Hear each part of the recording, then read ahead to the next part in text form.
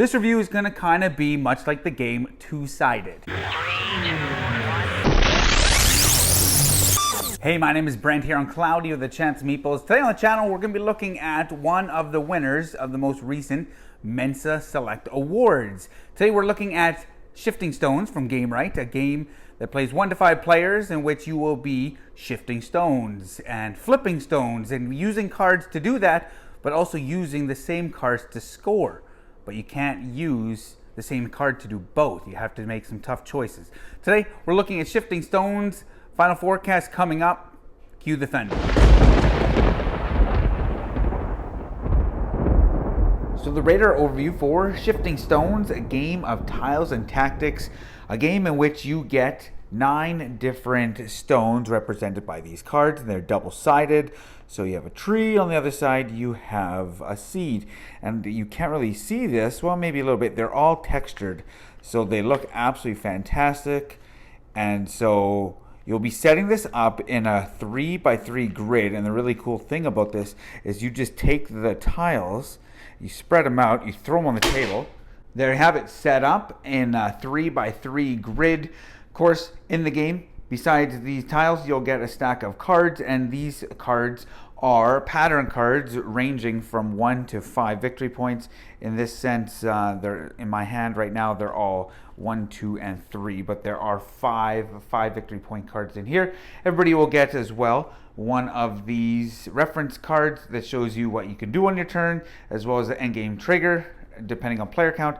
And you'll get one of, or on one side, it'll show the tile guide, which is, on the back of the sun, there's the moon. So if you flip this one over, there's the sun. If you flip the boat over, there's a horse. And on the back of a tree is the seed, and on the back of the water animal is this bird of sorts. So it shows you on this player aid. Turns are pretty simple in this game. You can kind of do one of two things, or you can just skip your turn and draw more cards. So one thing you can do is you can spend any card in your hand of 4 to manipulate this grid. So I could discard this card and I could swap 2 tiles. So I could move this there. Or if I didn't want to do that, I could spend the card to just flip a tile. Why would you be doing that? Well, you'll be trying to match whatever pattern is on these cards. So you'll be using the cards to manipulate the board, but then you won't be able to score that card. So let's say I played that to swap that, and then I could play this card. So I'd be giving up 2 points to swap this tile with that one. You can only go adjacent, you cannot go diagonal. And then, here we go. So then I would play this card in front of me because I would score it. You got these, it matches this. So that's what you'd be doing. You put this one in front of you, and then you draw back up to 4 cards. The other thing you can do on your turn is you can kind of skip your turn. You won't be playing any cards and just draw up 2 cards to a total of 6. You can never do that 2 turns in a row. That's pretty much it. You continue to go around the table until you hit this endgame trigger, depending on how many players you're playing with. At the end of the game, you count up your scores. Whoever has the most points is the winner. You would also everybody would look at all their 1-point cards. Whoever fulfilled the most of those gets a 3-point bonus. And again, whoever has the most points would be the winner of Shifting Stones. Let's check out the final forecast. So the final forecast for Shifting Stones, a game of tiles and tactics. And as you saw in the radar overview, the tiles in this game, they look fantastic.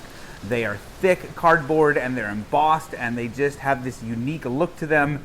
And when you're playing this game, they just look like these ruins type stones. And I really enjoyed that. The linen finish on the cards, they're nice. Iconography, everything is really good. This review is gonna kind of be much like the game Two-Sided. So I will say, I can see how people will not like this game. I can see how people would say it's too lucky, it's too random, and you may just, on your turn have one or two of the orientations of the tiles and score right away. And so I get that. I can understand where people would be coming from in that regard. I think it would be a challenge to play this game, or it is a challenge to play this game if you're on the opposite side of the table. What I mean by that is you have to have the orientation of the tiles in the same way, but if you're sitting with the whole grid upside down, you virtually have to then either just remember you're looking at it upside down, or you flip your cards around and you look at it upside down. So I can see how some people will not like this game. On the other hand, I really enjoyed this game. I think there is more depth to it than it looks at first glance. Yes, you'll have turns where you'll start your turn and you may have one, maybe two cards fulfilled right away, but you have to decide, is it worth it? Of course, if they're 2 or 3 point cards, of course it's worth it. But I like the whole hand management in this game, in the sense of you want to score these cards and you want to hang on to those cards for the 2 or the 3 or the 5 point cards, which are only 5 point cards in this game. But I can see how you want to hold on to those cards and you only want to use the 1 cards to manipulate the board, but you have to sometimes make tough decisions. And this says 8+ on the board, on the box, pardon me.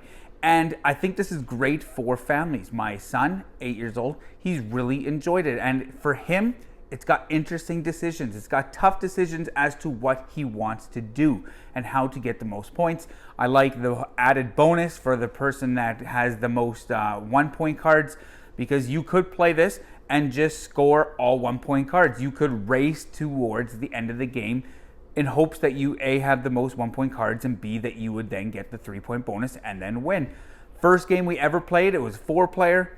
None of us had ever played it, and I think we played it all within maybe 25 minutes. It says 20 minutes on the box, so that's like perfect game length as per what the box says. But the 4 of us had never played it, and we were chill when we were playing this game. So I think you can play this game just totally chill, just relaxing, visiting, just talking with your opponents and just having a chill evening. But I think you can sit there and think about things a little bit deeper. Of course, you only have a 4 hand limit. Well, you don't have a 4 hand limit. You only have 4 cards in your hand unless you take that extra action or you skip your turn to grab 2 more, so you have 6. So you're not going to be able to do like crazy amount of things on your turn. But if you have those 6 cards, you will be able to obviously do more, and maybe you save up those cards with a 5 point card to try to get that, because obviously a 5 point card versus a 1 or a couple 2s is considerably better. Of course, at the same time, you're not going to be able to plan ahead.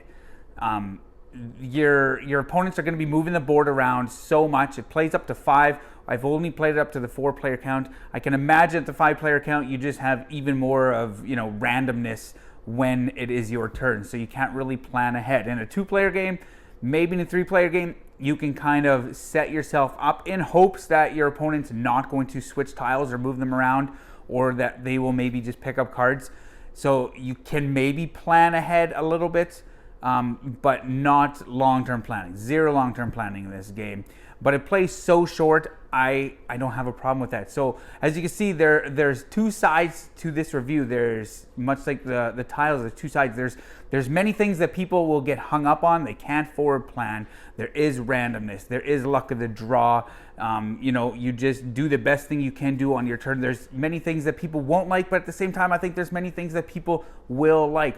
And especially if you're playing with kids with kind of in that 8 to 10 range, there is some interesting decisions for them. I really, really enjoy it. I'm not obviously in the 8 to 10 range.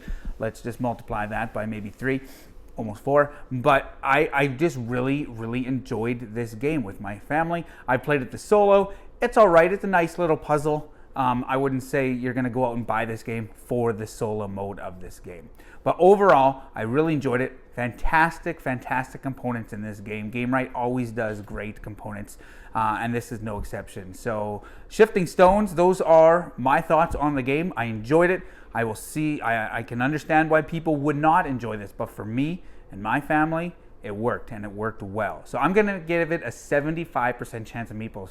If you're looking for just a solid entry-level game, a puzzly aspect or puzzly game where on your turn you're just trying to figure out this little puzzle on how to maximize your small hand of cards to its most potential or maximum potential, then definitely check out Shifting Stones. 75% chance of meeples. Shifting Stones. My name is Brent. Check us out on Facebook, Cloudy with a Chance of Meeples.